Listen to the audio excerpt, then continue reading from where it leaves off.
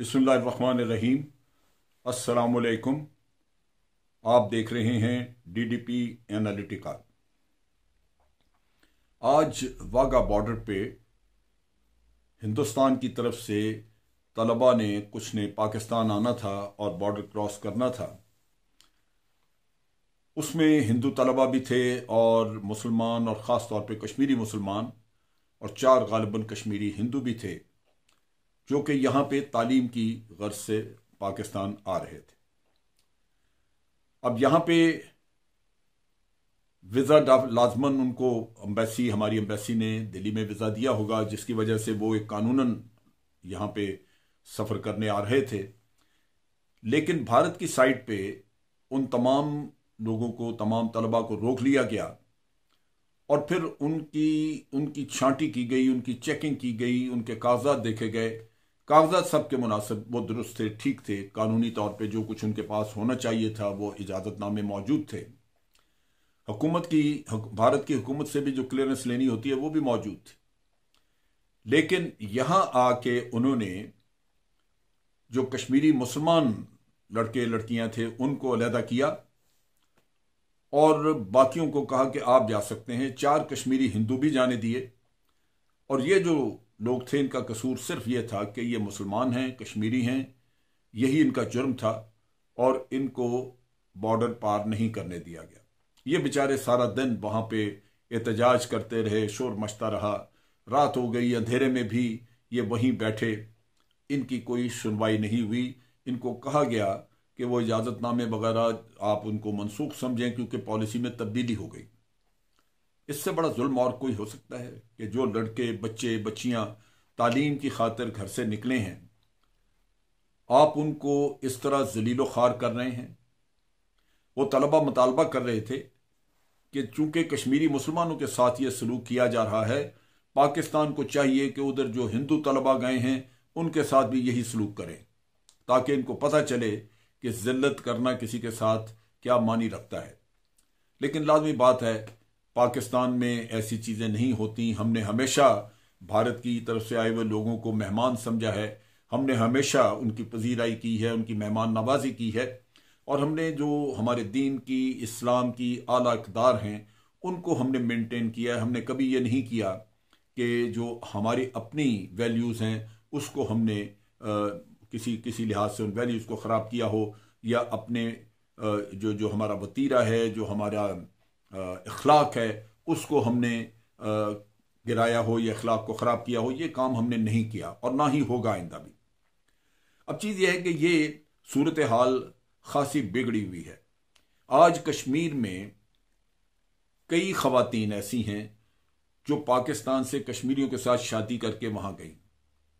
एक वक्त था कि जब भारत ने वहाँ क्रैकडाउन किया, बड़ा वहाँ पे कश्मीरियों का खून बहाया गया, तो बहुत सारे ख़ानदान, बहुत सारे कश्मीरी बॉर्डर का उस ज़माने में LOC को क्रॉस करके, उस वक़्त फेंस वगैरह नहीं थी उस ज़माने में, और वो LOC को क्रॉस करके तो पाकिस्तान में आ गए और यहाँ पे आके वो कश्मीरी महाजरों की तरह मुजफ्फराबाद के इलाके में मुख्तलिफ जगहों पे रहना शुरू हुए। उनके कैंप बने। लेकिन फिर आहिस्ता आहिस्ता बाज़ उनमें से जो थे वो कोशिश करके तो उन्होंने कोई रोज़गार का इंतज़ाम किया, कोई कराची चला गया, कोई लाहौर, इधर उधर मुख्तलिफ शहरों में, और फिर वहाँ उन्होंने मुसलमान घरों में शादियाँ की। और फिर जब हालात कुछ बेहतर हुए और वापस जाने का ज़रिया बना तो वो वापस कश्मीर चले गए। आज वो बच्चियाँ वहाँ फंसी पड़ी हैं, उनको कश्मीर से निकलने की इजाज़त नहीं दी जा रही। नतीजा ये कि यहाँ पे ऐसे भी घराने, ऐसे भी बच्चियाँ हैं वहाँ पे जिन्होंने पिछले 15 साल से अपने माँ बाप की, बहन भाइयों की शक्लें नहीं देखी। वहाँ ऐसी भी बच्चियाँ हैं जिनकी वहाँ पे मौजूदगी में, कश्मीर में होते हुए, यहाँ उनके वालिदैन इंतकाल कर चुके हैं। वो उसका दुख लेके बैठी हुई हैं, लेकिन वो यहाँ आ नहीं सकती। ना उनके पास भारतीय पासपोर्ट है और ना ही पाकिस्तानी को डॉक्यूमेंट्स हैं, और in any case Pakistani documents वो वहाँ रख नहीं सकती थी। हालात ये हैं कि वो बेचारे दर दर की ठोकरें खा रहे हैं और कई लोग डिप्रेशन का शिकार हैं। कई बच्चियां वहाँ पे अपने बाल बच्चे के साथ तो मौजूद हैं, लेकिन वो डिप्रेशन का शिकार हैं। यहाँ पे आप देखिए कि इसी तरह मिसाल मलिक हैं, जो यासिन मलिक की ज़ौजा हैं, वो यहाँ मौजूद हैं। उन्होंने बड़ी दफ़ा कोशिश की है कि वो वहाँ जाएं और अपने हस्बैंड के साथ, अपनी फैमिली के साथ वहाँ पे वक्त गुजारें, लेकिन भारत उनको यहाँ से जाने नहीं देता। हम इंसानी हकूक़ की पामाली की बात करते रहते हैं, वो तो जुल्म भारत बहुत करता है, बर्बरियत है वहाँ पे वादी में, और वहाँ पे ख़वातीन के साथ ख़ुसूसन जो जुल्म किया जाता है या किया गया है, जिसकी मिसालें मौजूद हैं, जिसकी कहानियाँ मौजूद हैं, उस पर भी दुनिया की आंखें नहीं खुली। और मैं समझता हूँ कि हमारा भी कसूर है कि हमने इस इंतहाई नाजुक मसले को पूरी तरह दुनिया में उठाया नहीं है। ये उठाना चाहिए। और ये जो एक सूरत हाल आज बनी हुई है वाघा बॉर्डर पे, इसके बारे में बात होनी चाहिए। हुकूमत को, पाकिस्तान की हुकूमत को भारत से एहतजाज करना चाहिए, बात करनी चाहिए कि ये इस तरह का तफरका आप अपनी हिंदू पॉपुलेशन को तो इजाज़त दे रहे हैं क्रॉस कर रहे हैं वो, और ये जो कश्मीरी मुसलमान हैं इनके साथ ये ज्यादती क्यों हो रही है।